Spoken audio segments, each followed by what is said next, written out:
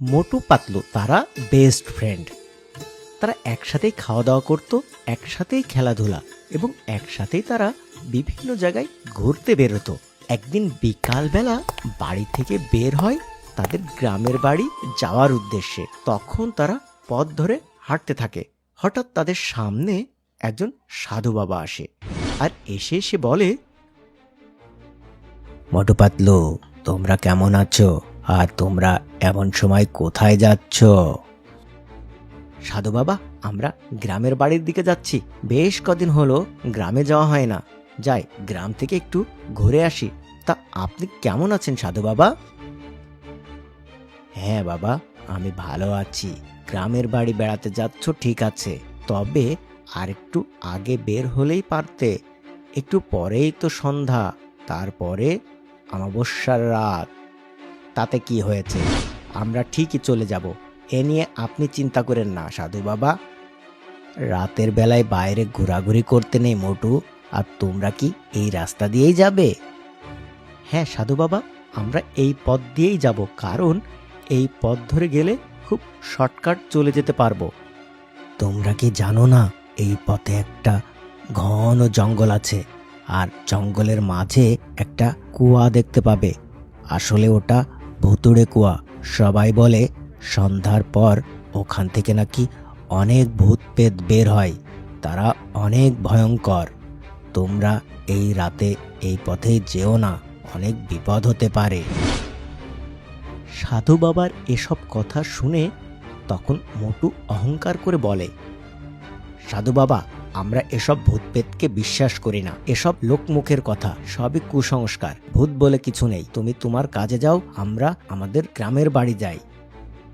মোটু, সাহস ভালো, তবে অতিরিক্ত সাহস মানুষকে অনেক রকম বিপদ ডেকে আনে। লোকমুখে শুনেছি এই পথে গেলে নাকি অনেক রকম বিপদ আপদ আসে। ওই মাঝপথে যে কুয়াটা আছে সেখানে নাকি অনেক ভূত। তোমরা এ পথে যেও না। তোমাদের আবারও বলছি, এখানে অনেক বিপদ হতে পারে। তুমি আমাদের নিয়ে চিন্তা করো না, আমাদের কোনো বিপদ হবে না। আমরা আমাদের গ্রামের বাড়ি নিরাপদেই পৌঁছে যাব। আচ্ছা ঠিক আছে, তোমরা যখন আমার কথা শুনবেই না, তখন যাও, একটু সাবধানে যেও আর নিজেদের প্রতি খেয়াল রেখো।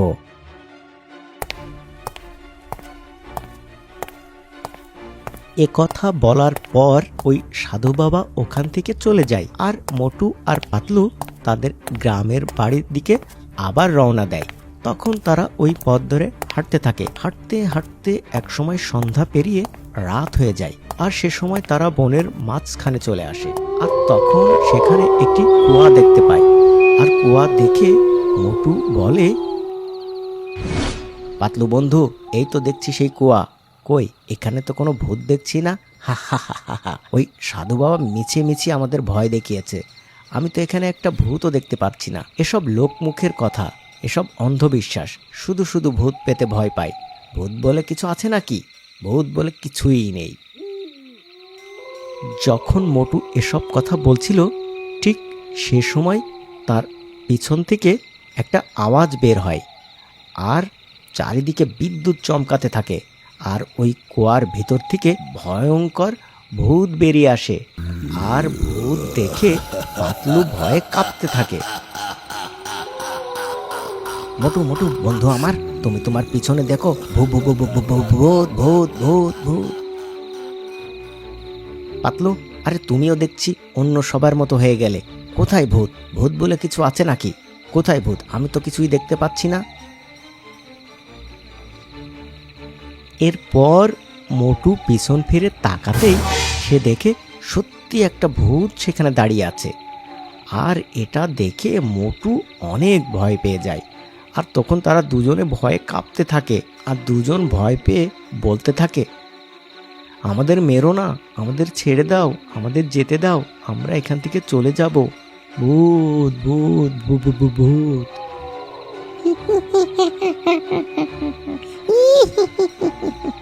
কিরে, তোরা নাকি ভূত থেকে ভয় পাস না? এসব নাকি অন্ধবিশ্বাস।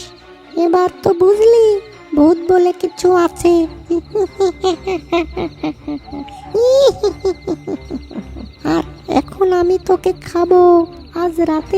দুজনকে চিবিয়ে চিবিয়ে আরাম করে খাবো।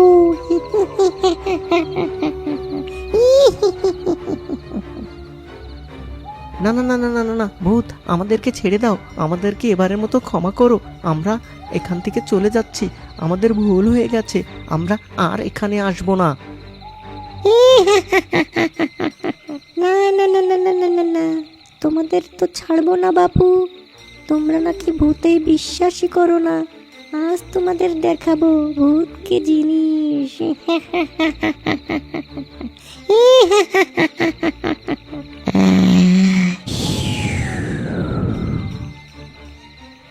কে কে কে বলেছে আমরা ভূতকে ভয় পাই না?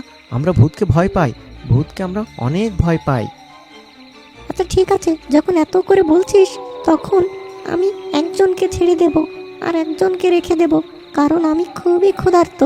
আজ আমি মানুষের রক্ত খাবো আর হাড় মাংস চিবিয়ে চিবিয়ে আরাম করে খাবো, আর তোদের একজনকে ছেড়ে দেব। এখন তোরা দুজনে সিদ্ধান্ত নে, কে থাকবি আর কে চলে যাবি। তখন পাতলু বলে, না না ভূত, আমাকে খাও, আমাকে খাও, আমার বন্ধু মোটুকে ছেড়ে দাও, আমি ওকে খুবই ভালোবাসি, আমি ওকে ছাড়া বাঁচতেই পারবো না, তুমি আমাকেই খাও। এরপর মোটু একই কথা বলে, না না এটা করো না, তুমি আমাকে খাও, আমার বন্ধু পাতলুকে ছেড়ে দাও, পাতলু অনেক ভালো, ওকে ছাড়া আমি বাঁচতে পারবো না, তাই আমাকে খেয়ে নাও আর আমার বন্ধু পাতলুকে ছেড়ে দাও। মোটু আর পাতলুর এই কথা শুনে ভূত একটা ভ্যাবাচেকার ভিতরে পড়ে যায়, সে কাকে রাখবে আর কাকে খাবে। তখন ভূত একটু চিন্তা করে বলে, ও আচ্ছা, এ তো দেখছি তোরা খুবই ভালো বন্ধু, সবাই সবার জন্য জীবন দিতে চাস। আচ্ছা ঠিক আছে, তোদেরকে একটা সুযোগ দেব আমি, তবে একটা শর্ত আছে। আমি তোদের একটা ধাঁধা বলবো, তোরা যদি সেই ধাঁধার সঠিক উত্তর দিতে পারিস তাহলে আমি দুজনকেই এখান থেকে মুক্ত করে দেব, আর তোরা যদি সঠিক উত্তর না দিতে পারিস তাহলে তোদের গাড় মটকিয়ে এখানেই চিবিয়ে চিবিয়ে খাবো। আর মনে রাখিস, এই পথে জীবনেও আর আসবি না। এই শর্তে যদি রাজি থাকিস তাহলে আমি তোদের ধাঁধাটি বলতে পারি।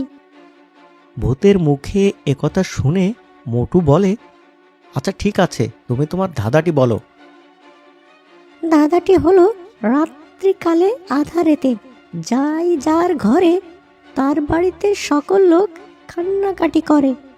আমি আবারও বলছি, রাত্রিকালে আধারেতে যাই যার ঘরে, তার বাড়িতে সকল লোক কান্নাকাটি করে। তবে একটা কথা মনে রাখবে, এখন থেকে 10 সেকেন্ডের ভিতরে এই ধাঁধার সঠিক উত্তর দিতে হবে, আর যদি ভুল করো তাহলে দুজনকেই মরতে হবে। ভূতের মুখে এই ধাঁধা শুনে মোটু অনেক চিন্তায় পড়ে যায়। তারপরে সে একটু ভেবেচিন্তে নিয়ে বলে,